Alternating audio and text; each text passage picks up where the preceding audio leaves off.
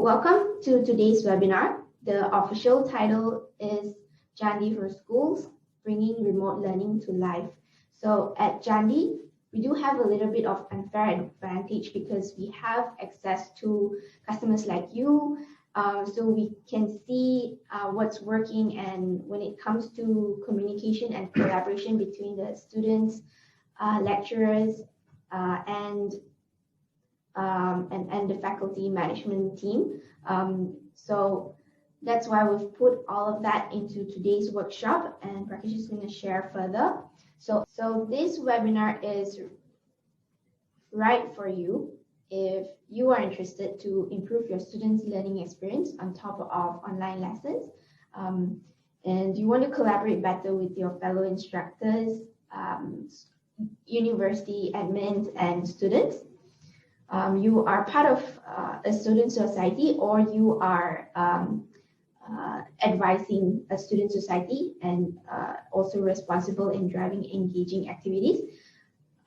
You want to extend your network and collaboration outside your institution, and to learn best practices in other industries, or you just want to collaborate in certain projects, right? So my big promise to you is in the next 60 minutes, you are going to walk away with 5 proven ways that you can use to enhance your own digital campus learning experience, as well as a campus management tips that you can replicate right away. So without further ado, in order for you to take the most of today's webinar, I would suggest taking notes, whether it's pen or paper or on your desktop. You have a post-it notes. So do take notes. I'm going to pass this over to Prakesh to start the content of the webinar. Prakesh? Yes, thank you. Can we just close this? Okay, thank you, Simi. Hello, everyone. It's a pleasure to virtually connect with you today. I'm optimistic we'll be able to share some valuable insights from an industry perspective for you to take away by the end of this session. So stay for the insights and leave with a complimentary program. So more about that at the end. So I often get asked, what is JANDI, and what do we do and stuff like that. In a nutshell, JANDI is a software company. We're based out of South Korea. We've been around for 6 years, but I'm not here to talk about the company. I'm here to tell you, more about what JANDI is. But I guess you can see that from the screen. It explains what we do, and that JANDI is a topic-based messaging platform and all that. Now, I think what would make sense at this stage is to give context around why JANDI came about. I think that's important because it will supplement the explanation you are seeing on screen. Okay, so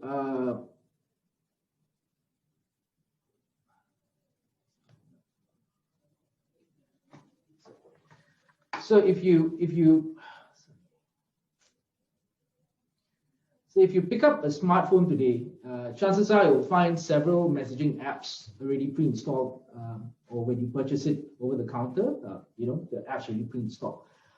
So long before consumer messaging apps came about, emails were and still remain as the medium to share information, files, announcements, and stuff like that within or outside an organization. Keep in mind, emails have been around for 50 years. They haven't changed much. It remains widely used today, and to be honest, I often wonder why, especially when a recent threat report I came across a couple of days ago, it revealed that 88% of malware attacks perpetrated by malicious online actors, they're delivered directly to your inbox. So emails to me are completely outdated. They archaic, they slow us down. Information is disparate, and I find more cons against pros for using emails. So some of you, in fact, in the webinar today may not believe when I say this, The last 3 years, the total internal work-related emails I received by myself personally here at JANDI is below 150. So if you do the math, that works out to an average of 4 emails a month. Okay, so that's me personally. But here's a bit of trivia. 4 years ago, 2017, if you go back in time a bit, there were about 270 billion emails sent and received every single day. This number today is expected to exceed 320 billion. Now, of course, this is before pre-pandemic, so I'm sure this number is the forecast will revise. It'll be much higher than that now. So, nonetheless, I just wanted to say I don't miss replying 300 emails every day, striving towards zero inbox. And I'm sure most of you in the webinar today feel the same. Whether you're an instructor or a student or part of the administrative team in your respective universities, we can't run away from emails, but and that's the truth. But today, if you fast forward to where we are today, WhatsApp, Telegram, Signal, WeChat, Line, Facebook Messenger, and there's so many tools, apps like this have become shadow messaging. So if you're late with emails and replying, chances are your colleague or student or HOD will be messaging you in one of those apps, right? I'm sure all of us pernah kena before lah. Anyway, I'm sure also many of us are part of several work groups in these personal messaging apps or consumer messaging apps. And these rooms can get very noisy. There are hundreds of messages, several conversations happening all at once. So this is the scenario I wanted to share with you. JANDI came about because of what I just mentioned in this opening scenario. We use topics or channels. I often interchange these two terminologies to replace the use of email and consumer-grade messaging tools, right? We've applied it successfully in over 30 education institutions with approximately about 20,000 users. And this is very specific to education institutions to keep class and campus affairs running online. So we've been pretty okay in that space. So I can already hear you ask why are topics better than email or regular messaging apps like the ones I mentioned earlier. So stick around and as we go through, I'll demonstrate why. Meanwhile, feel free to leave a comment on what you find to be the most annoying work group chats you have in WhatsApp or any of the other tools that you use for work. Feel free to share your pet peeves. Okay, so I want to start off by sharing a bit of a story around Sejong Cyber University or SCU. So SCU was set up in the year 2000. So they've been around for a while now, over 2 decades. It's the first cyber online university in South Korea. They're also the leader in distance learning market for many, many years. In 2017, they had about 9,000 users. And then every year since, their enrollment has grown by an average of 1,000. So it's a pretty decent size, or if not large, a pretty decent size university, online university. Now, in the same year, in 2017, they appointed a new chancellor, and he was determined to create an environment where students and instructors could connect better, right? This was important to him because he recognized millennials and post-millennials made up a large portion of their student population. So that was one of his driving factors. And secondly, student queries were commonly replied within 24 hours. And to resolve that delay, they looked at several alternatives. Yes, the replies 24 hours is delay for them. So that led to JANDI being introduced to the university mainly because the platform, JANDI platform, complemented their LMS for real-time conversations and video calls. Now, just a reminder, keep in mind that JANDI by itself is not an LMS. Okay, we're a topic-based messaging application.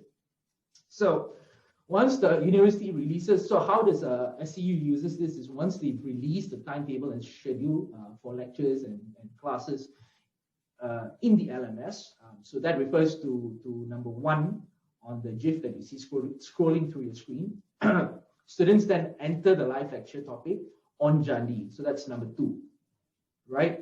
So they click on the LMS and then it takes them over, it switches them over to JANDI. Now, each course has a dedicated topic in which the instructors are able to conduct lectures and students are able to communicate in the topic itself. So you can see a conversation happening here. Sorry, this is in partially in English and some is in Korean. So,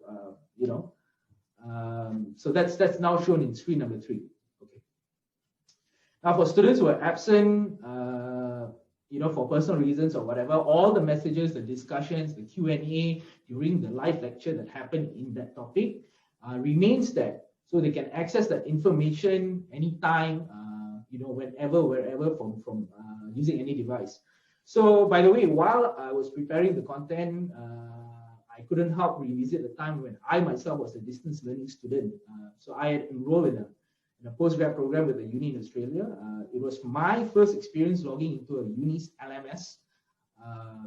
So this was 2001. So again, about 20 years ago. So the online lectures were recorded, and back then connecting on a 56K dial-up modem, shared PC at home. Oh boy, what can I say? It was a painful experience for me.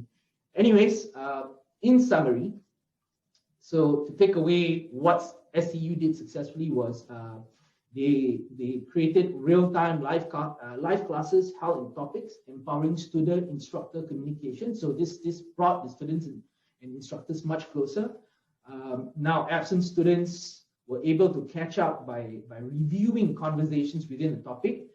It will always be there, safe and secure.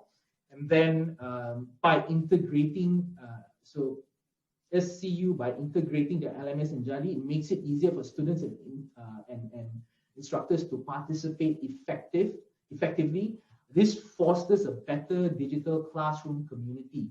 So this is the key takeaway that I wanted to share with SCU, because they were one of the first education institutions to integrate their LMS with JANDI. So this is a pretty awesome story for us, and I wanted to share that with you all in the webinar today.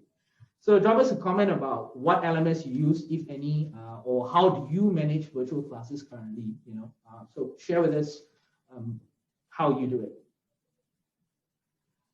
The second scenario or use case we want to share, and this is slightly a bit different from your traditional remote learning environment.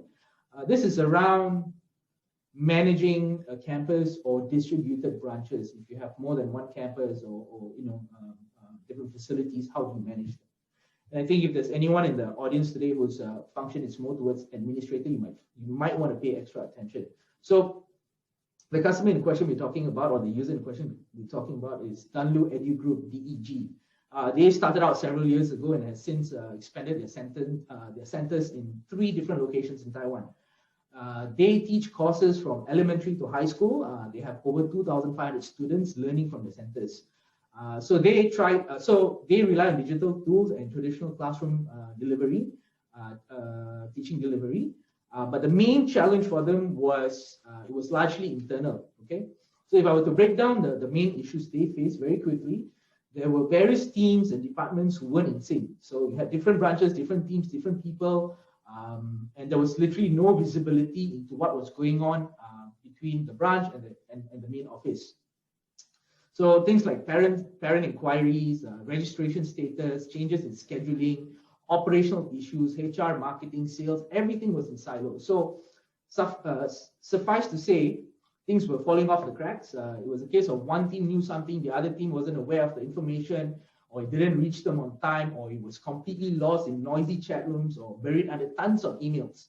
Okay, so before JANDI, the teams there were using several different tools. They had Line, WhatsApp, WeChat, Google Hangouts, and of course emails. So all this anchored on which team or department favored what app and who they were talking to most often. So the founder of DEG is this gentleman by the name of Alan. So he knew this is a ticking time bomb and things could collapse. It's like a house of cards. It could collapse anytime. So he was already pulling all-nighters, replying to emails, staff messaging him or instructors messaging him, part-timers, full-timers, and all this stuff on top of having to review sales and marketing reports, approving this, And then he was also firefighting with angry parents, losing track of complaints which were resolved, unresolved. So it's a complete nightmare. So he needed a simpler way to stay on top of things. And then his business was also scaling up. There was more signups, more registrations, and it was growing.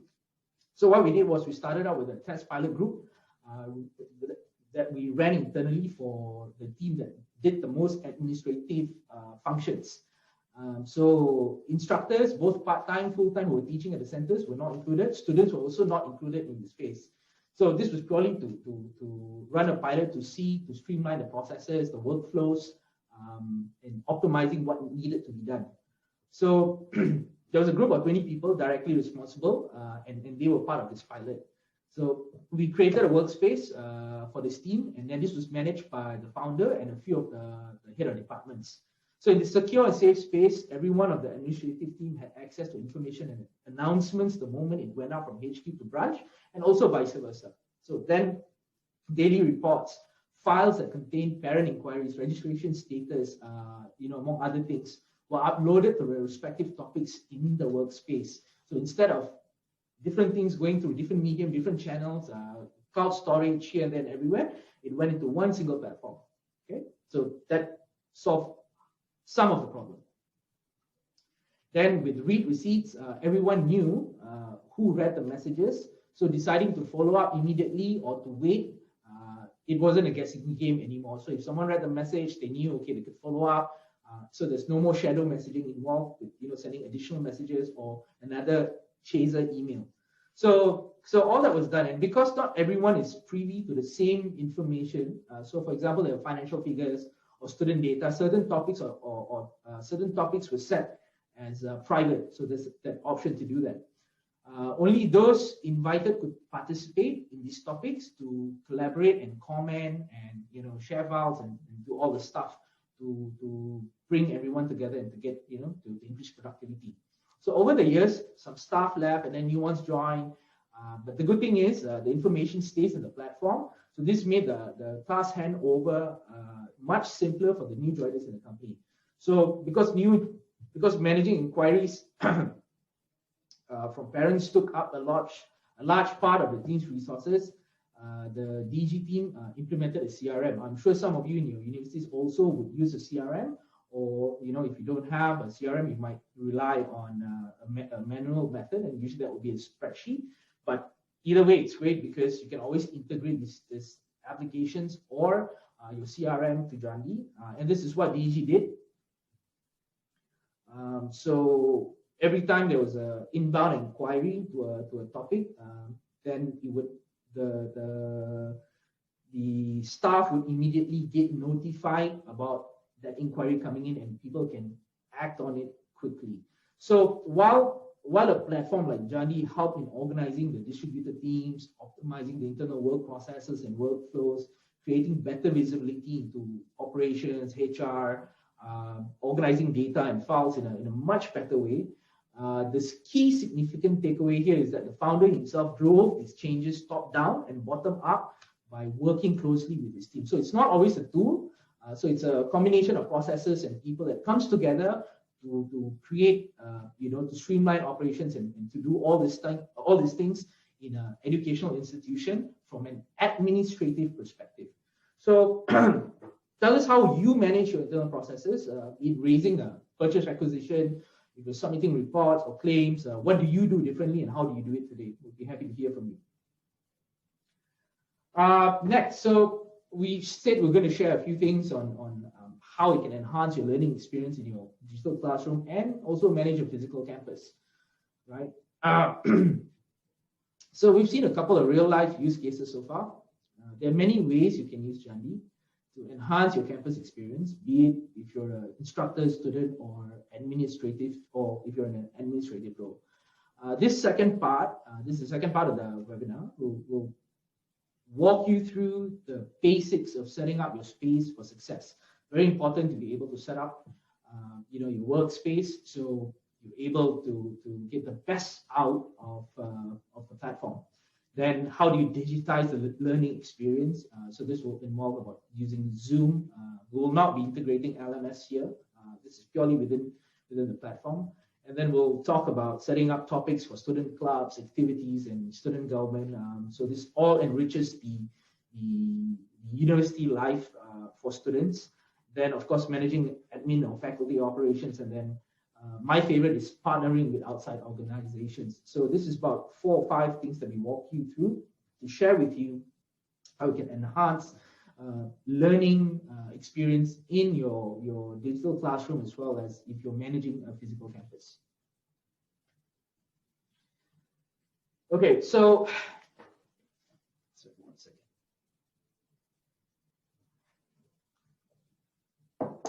So welcome to the Sandbox University. So we named this the Sandbox University because one, it's not real. So if you're searching for Sandbox University online, I'm afraid you'll be disappointed, okay? So the basics about setting up your space for success. Here we'll show you how to bring all parts of your academic community into a secure platform, okay? At first glance, you will see a lot of things going on the screen. There's a bunch of things going on there. But fear not, this is intentionally prepped that way for this webinar. So back to the question, how do you set up your space, okay? So you can create different workspaces to separate different roles. You know, whether you're in the administrative side of things, whether you're an instructor teaching courses, or whether you're a student, okay? So you can create different workspaces. So at the top said Sandbox University is the name of the workspace, okay?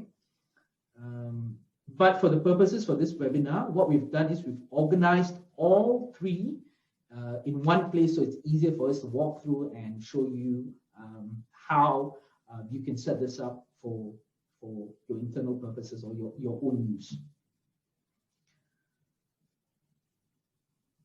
So if you're an instructor, you can create a workspace for each course that you teach.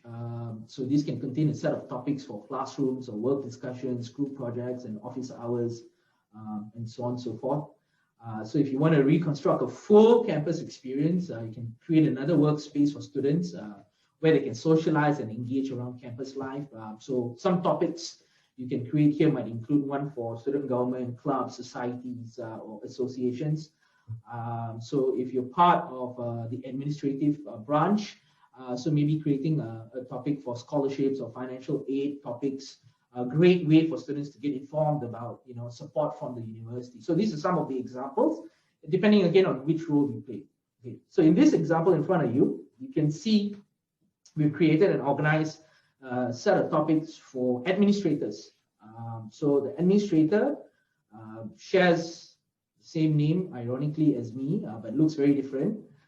So Prakesh is the head of department, and we know that he is part of the campus administration team. Okay, so he has a set of topics, and there's one start called campus announcement. Okay, so under that topic, so there are several topics under a folder called campus admin.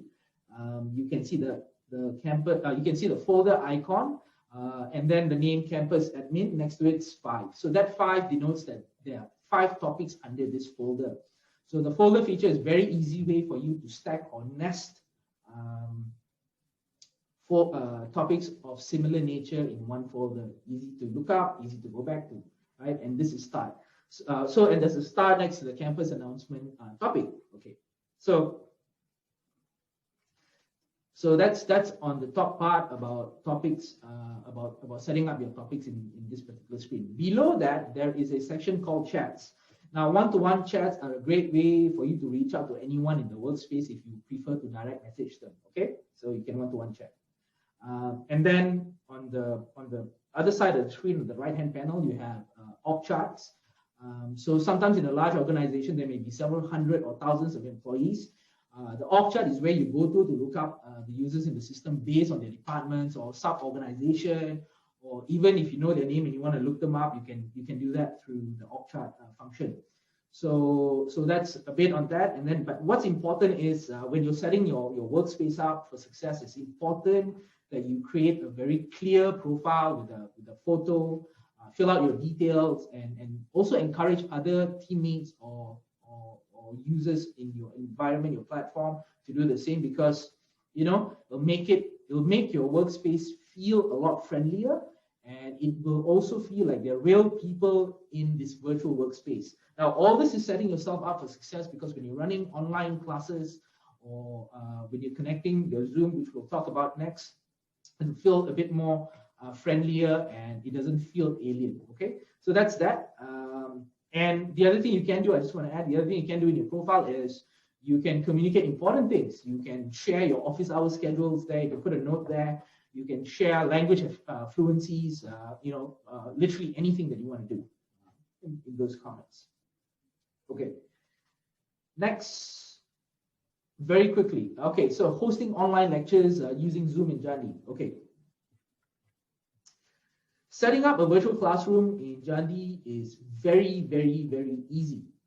There's no coding or crazy integration involved in setting up yourself to run your first virtual class. For this scenario, we are using that of an instructor by the name of Professor Jess. Okay, so Professor Jess teaches calculus, applied maths 1028, calculus 1. So that's the name of a folder, and she's already nested or created several topics under that folder. Okay, so one of those topics is classroom. Okay, so in the classroom topic, what you're seeing right now in your screen, the GIF is scrolling through, is right at the top is Professor Jeff initiated a virtual classroom through Zoom.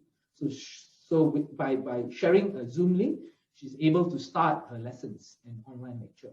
Okay, so how do you do that? So we'll show this live in the actual workspace in the next phase. But right now, very quickly, if you have an existing Zoom account, which I believe most of us do, you'll be asked to authorize and link the account to JANDI.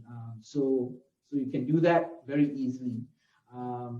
I mentioned earlier there's no coding or anything involved. So when you click the plus sign next to the message input box, an interface will pop up.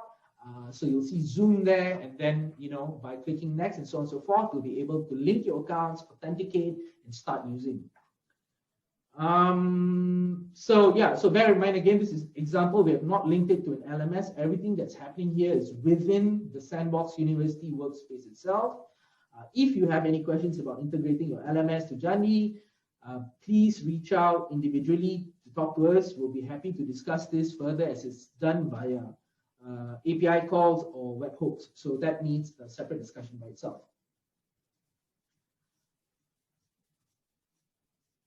So other things that are happening, I just want to touch on what else is happening in that particular topic. So other things that are happening is the students are commenting while the lecture is in progress. Students are using the same classroom topic to post questions and comments. Throughout the lessons, students are using stickers as reaction to second questions or show support for comments. This is a great way, by the way, to encourage discourse and participation in a virtual classroom. So a student might raise a question, another student might be shy, but they might have had a question again. So they can show their support by a thumbs up or adding a comment or a sticker. So all these things help foster a more open and transparent learning environment. So not only that, you can also use threads to organize smaller focused discussions around a particular topic that was discussed during the lecture itself. So these are some of the things that are happening on the screen. Okay, so this is as easy. So nutshell, very easy to start a classroom, a virtual classroom. If you're an instructor, you don't have to worry about connecting a bunch of things to get this going. Your current setup will most likely be enough as long as you have a JANDI account and you have a Zoom account. So that's the key takeaway. So besides a virtual classroom, how else can students benefit from a workspace like this? So student clubs or student government can come together virtually as well. There's a built-in polling feature, which is transparent and open way to cast votes. Here you can see Daniel, who's an undergraduate student. So from the debate society, so what he's doing is he's using the polling feature, asking his other student members or other students to vote for office bearers. So there's a start date, end date before the poll expires. Now this is not only limited to selecting office bearers. This is just one scenario. You can create a poll to literally ask any questions to get feedback from your peers. So there are options for multiple answers. So respondents can select more than one, and then students and association. So student association work. So we know student associations work tirelessly around campus integration. They do a lot of stuff around welfare and relation. So organizing events and workshops, they can ask questions about what workshops to run, so on and so forth. So when students have their own space like this, I think the key thing to acknowledge is they are empowered to do great things, right? Okay, so if you're part of an admin team, it's critical to be able to run your business as usual. Rest assured you can do that on the platform. So here's an extension of what we had from the first screenshot. So this is creating a workspace solely for departments to ensure greater privacy over confidential and sensitive information. So what I mean by that? So under admin, you can see again 5 different topics, some with locks, some without locks. So the one with locks indicates that these are private topics. So these topics are specific to functional things, departments in the uni. So finance, HR, registrar, and then you have safety and security.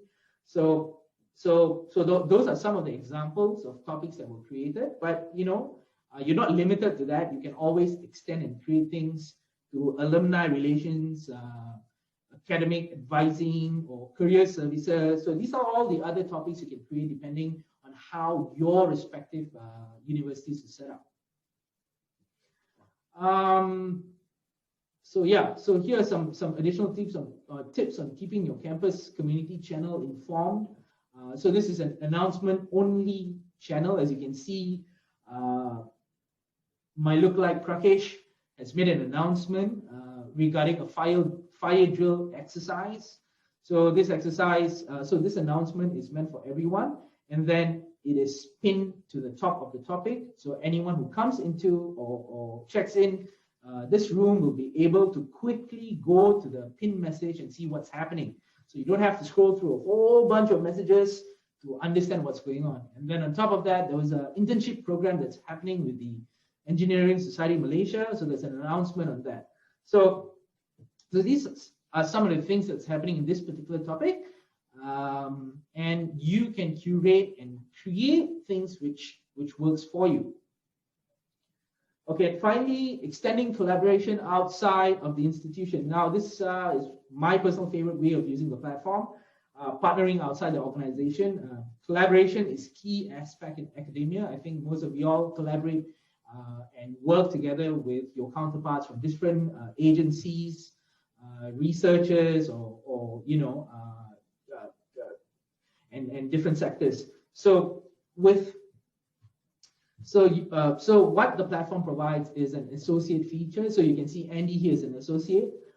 Andy is part of the workspace because he's an outsider collaborating with someone within the Sandbox University. So how easy is it to invite someone as an associate? Very simple. You don't need a phone number. You just need their email address to add them to the platform as an associate. So this is really perfect for brokering cross-disciplinary discussions around functions and events. So, whether you're talking to a research consortium, PR, sponsorships, and stuff like that, it's a great way to have outside collaboration in a safe, secure platform without, having to download or use another additional tool.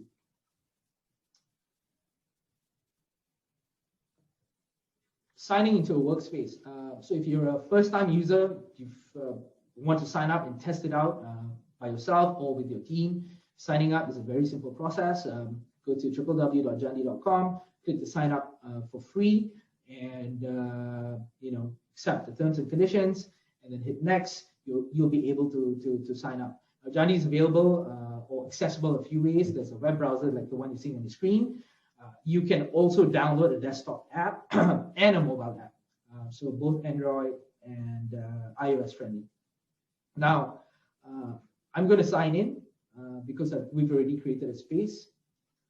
So these are all the various workspaces that I'm part of for different teams and so on and so forth. But for today's demo, I will be showing, where did that go? Okay, Sandbox University, launch.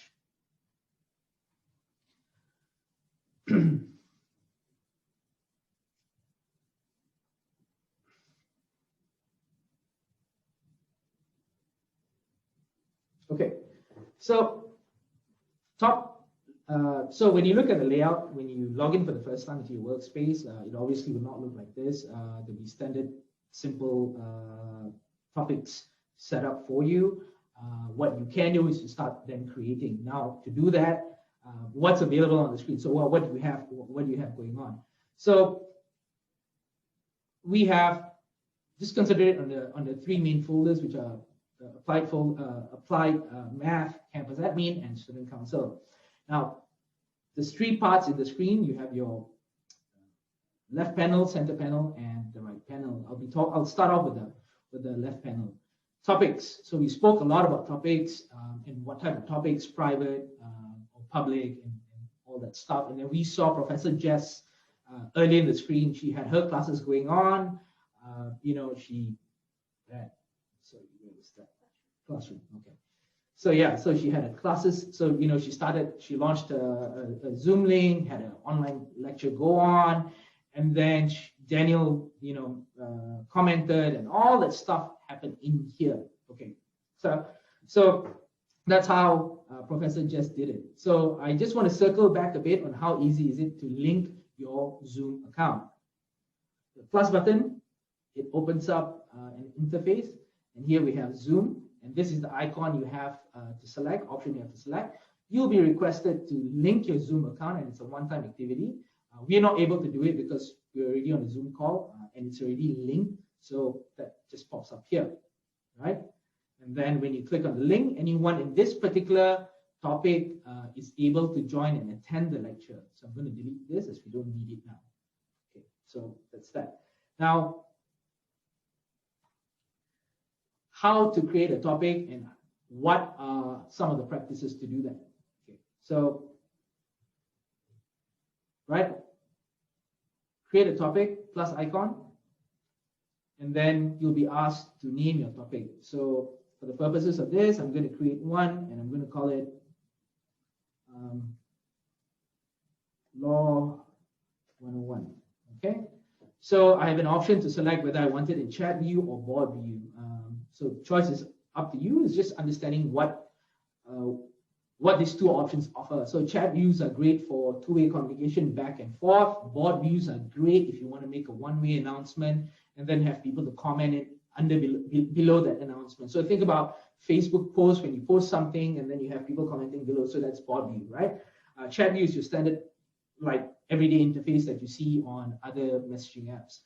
So Law 101, I'm going to create this as a public group. I don't need to be private. I can create a description, and that's done. So I already have the topic created. Now, next, I would like to invite users. How do I invite users to my topic now? So I've got a great space, but I'm the only person in here, and I can see that by myself. So creating users or inviting users to your space. So now I have a topic, and I want to invite a user. So if the user is already in the system, maybe, and for this purposes, I want to invite Professor Jess. I'm just going to click that and invite her. Okay. So if she's not in the system, first-time person that I want to invite, what I will do is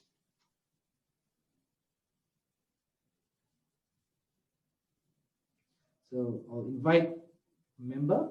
I'll be asked to invite a member depending on their user profile. So associates versus member. If that person is from the university ecosystem environment, I will invite them as a member. If they're an outsider, a guest, I will choose to invite them as an associate.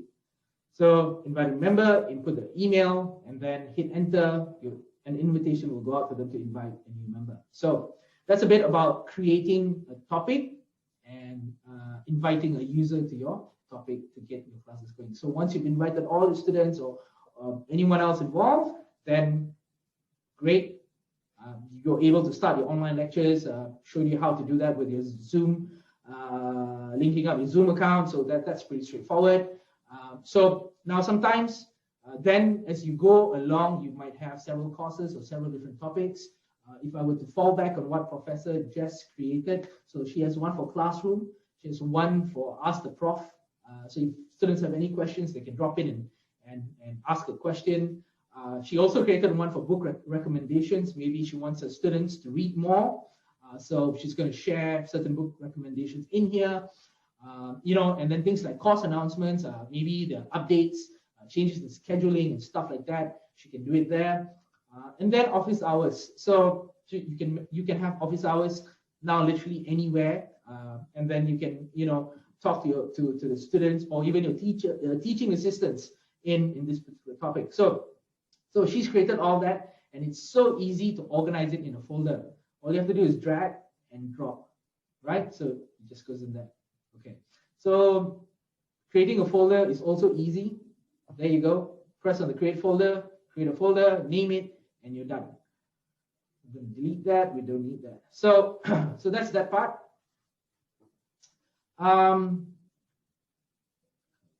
So next, when you start having conversations and running your topics, your classes, you'll notice there's a lot of files sometimes being shared back and forth.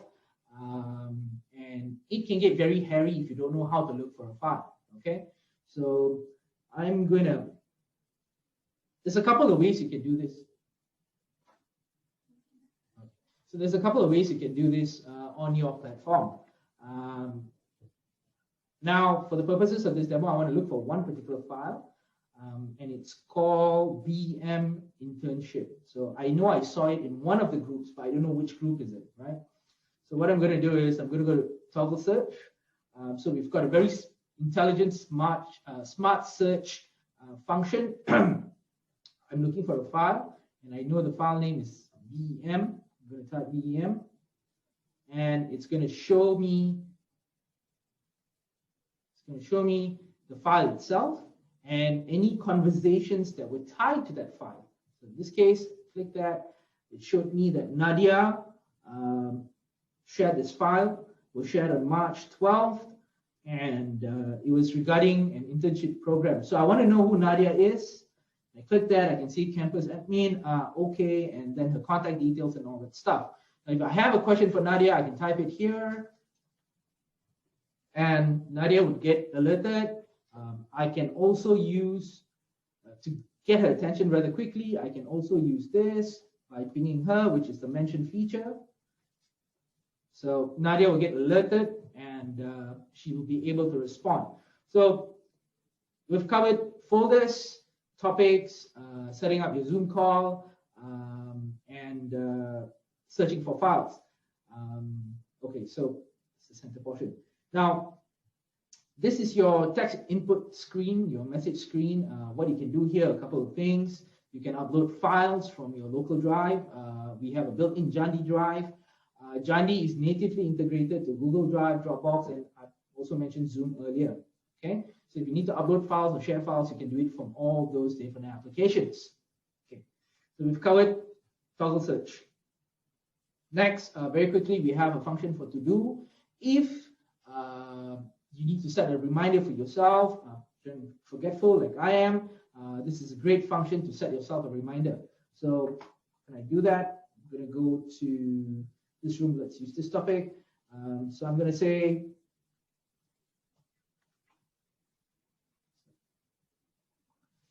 X1Z, and I want to set a reminder for myself, add as a to-do, and what I'm doing right now is I'm sending this to-do to my personal room, and it's called JANDI, which you can see under chats, and that's my personal room itself. So I'll show you what happens. JANDI, create that, and then I can set a time, a reminder, and so on and so forth. And I'm going to save this. So now I've created a reminder based on a comment that was created. So very easy, very straightforward. and I can find this in my personal space or my chatbot called JANDI. So whatever I need to send myself a reminder, things that I need to do, I can always send it here. So that's a bit about to-do. So once you're completed on your to-dos, you can mark it as complete, and that's it. And if you need to assign to do a task to someone else, you can collaborate with them on a particular task. I wouldn't go through those at the moment. Files. So we also hold a central repository of all the files. I would like to know what are the files available by everyone. I just can go to this little icon here on the right-hand side. Files, it shows me all the files within the platform and where they're located. It will only show me files from rooms that I'm part of. So if you're not part of a particular topic, you will not have access to those files. And then we spoke about the polling feature. So this is the polling feature. Question being, what should be our next workshop? Pretty straightforward. And then it's set as anonymous and multiple answers. So you can select more than one. All right. And this is the org chart function. So again, we've created a couple of simple org charts. So the main org is Sandbox University. Under that, you have the Department of Applied Maths. It shows me 4, which is the number of people in that department tied to that department. So from here, I can see Daniel. So Department of Applied Maths, student, UG, undergraduate. Professor Jess, head of department, teaching. Okay, Sophia is from Department of Applied Maths, and she's a TA. So, and we have Yusuf, who's probably a PG, a postgraduate student. So, and then if I look at campus administration, I have Nadia, and of course, my lookalike head of department, Prakesh. So that's a bit on the org chart, and you can set that up or curate that as how you need it to be. Last I want to show is connecting JANDI to some of your favorite services. I think this is very important. We all work using different tools. And I think I just want to spend a quick 2 minutes before we run out of time. So all of us have our personal calendars, but in the event you use Google Calendar, you're able to integrate your calendar here. And what that means is you're able to share. You're able to share your appointments here. And how do you do it? It's very, very simple. It's all drop down. You don't have to configure a code. Assuming that you're not, and that's not your area. So it's all done through drop-down boxes. So I would like to connect my mailbox. So this is my mailbox. I have this one. I receive notifications from that. And then I want it sent to my personal chatbot or my personal room. I select that. And I can set what sort of notifications I want to receive in there. So 15 minutes before something happens, event happens, I want a reminder, updates, changes, summaries at the beginning of the work week, all those things I'm going to save. What happens is it's created, and then I can confirm that because I've now received the notification here saying that I've added a connection to this topic for my calendar. So whenever I create an appointment, a calendar entry, I'll get a notification here. And every Monday at the beginning of the week, I'll get to see all the meetings, all the stuff that's on my calendar populated here. So those are some of the key features, functionalities I wanted to share with you in this live platform. If you have any questions, I think we have about 7 minutes for a Q&A. Feel free to jump in. Anyways, some good news that we want to share with you. So this being our first webinar for the education sector in Malaysia, we felt it would be nice to do something special, and we decided to offer complimentary program. So our JANDI Enterprise Plan for a year, which is completely free. So that comes, so all features unlocked, whatever you saw earlier in the demo, you get the whole shebang, the whole, everything's available. And that comes with 1 terabyte storage per user. So this means you'll have unfettered access to chat, video, assigning multiple admins, having management dashboard view, and a lot of stuff, more than 15 collaborative features inside that plan. but more importantly, we'll provide support. And I think this is a very important part, which sometimes we don't receive, which is support. We'd like to make support available to you. So that means that we'll provide an onboarding session, so you're successful, to help you try JANDI, and it's fine if it works for you, doesn't work for you, that's okay. But we feel with the right onboarding session, that will help you for success. So, three onboarding sessions with all the other things that I mentioned. And the icing on the cake is, I know some of you might be wondering, how many users can I invite? Can I invite all my colleagues or a small group and stuff like that? So to make things easy, icing on the cake is no limits. You can invite as many of your colleagues, your peers, your students, or your administrative department colleagues from different departments and so on and so forth. Okay, so choice is yours, no restrictions. And after the complimentary period, your workspace will automatically be downgraded to the free plan if you don't wish to continue. So there's really no strings attached to the support program. It's just for you to try it and to experience teaching students virtually if you're not doing that already, and going on a single platform to improve the way things are working for you. So we don't see any other questions in the chat room. Okay, so that's fine, no worries. Thank you everyone so much. My email is prakesh@toslab.com. Simi will float this in the Zoom chat box. We'll be sending you an email with more details about the support program and selected slides from this webinar. I just want to thank you very much. Okay, I think we're done.